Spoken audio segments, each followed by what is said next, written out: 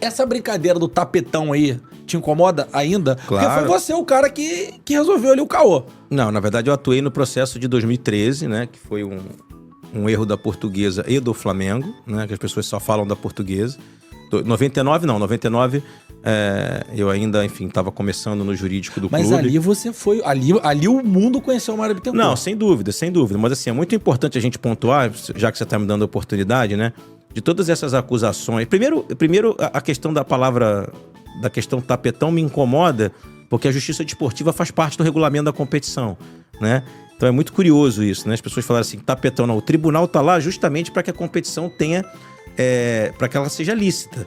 Ou seja, ele julga justamente os problemas que possam acontecer. A gente está vivendo um problema agora aí no Brasil, que certamente esses atletas serão julgados também pelo Tribunal Desportivo, né? Então é tapetão? Assim, se o Tribunal Desportivo vier a punir os atletas que cometeram a ilicitude de, enfim, receber um dinheiro para manipular resultado, para manipular etc. resultado, né?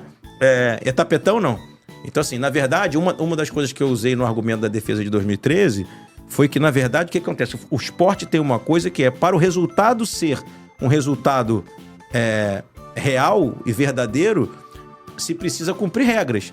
E essas regras são julgadas pelo tribunal, que, estranhamente, alguns caras da imprensa chamam de tapetão, né? E foi uma que eu usei lá na época, ou seja, existe uma regra de inscrição de atletas. Você vai jogar a competição, você tem até o dia 20 para inscrever os atletas. Partindo do princípio que vale o resultado de campo, eu vou contratar um jogador nas vésperas de uma final, após explodir o prazo de inscrição, e vou botar ele para jogar. Ah, mas ele entrou no campo e ganhou. Não, sim, mas tem uma condição prévia para ele disputar a competição. Você sabe disso porque você foi atleta. Claro. E na época eu até brinquei. Eu falei, olha, partindo do pressuposto que vale simplesmente o resultado de campo sem cumprir as regras anteriores para se entrar no campo, no dia que minha filha for fazer vestibular, eu vou botar ela pela porta dos fundos, ela faz a prova, se ela fizer uma boa prova, eu entro na justiça e falo, ela fez a prova, que vale o resultado da prova. Mas ela não se inscreveu. Não, mas ela fez a prova, ela conseguiu fazer a prova, entrou lá. Então, assim, o maior absurdo dessa discussão o jogador da Portuguesa os jogadores da Portuguesa e do Flamengo foram julgados pelo tribunal e foram punidos.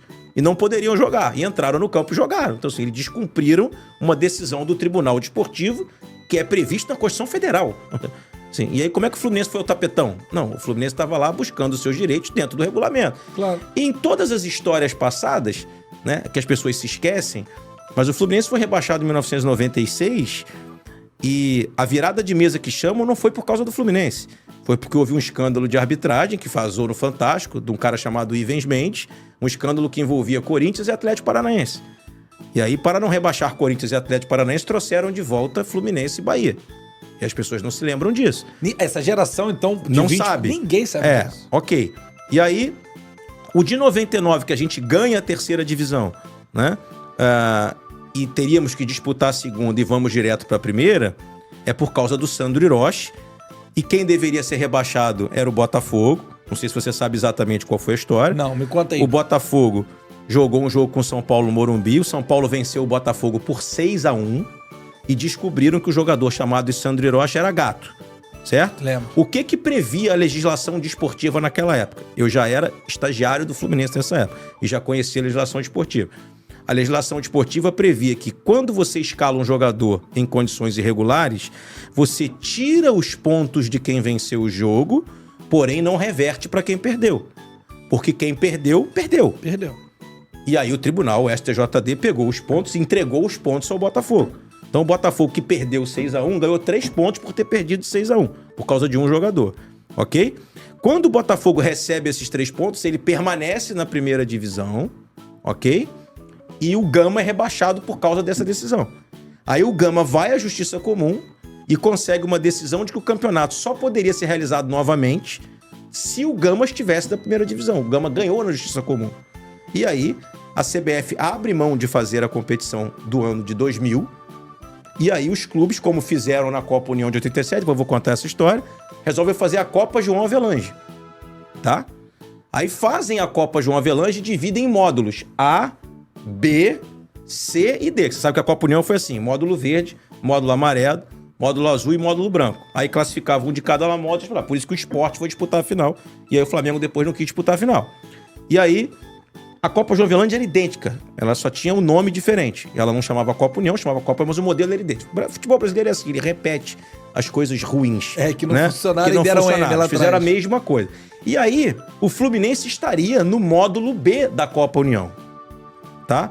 Porém, os clubes do módulo A pediram para que o Fluminense fosse alçado ao A porque entenderam que o Fluminense se beneficiaria de jogar o módulo B da João Avelange e se classificar para Direto lá pra cima. Tanto é que o vice-campeão da Copa João Avelange é o São Caetano, que vem do módulo D. Com Ademar. Aí olha as atrocidades que acontecem no futebol brasileiro. Quando fizeram a Copa João Avelange, ninguém imagina que um São Caetano vai chegar na final, correto? Aí o São Caetano chega e vai pra Libertadores. Aí eu te pergunto, como é que você tira o São Caetano do campeonato de 2001? Aí aumentaram o número de clubes.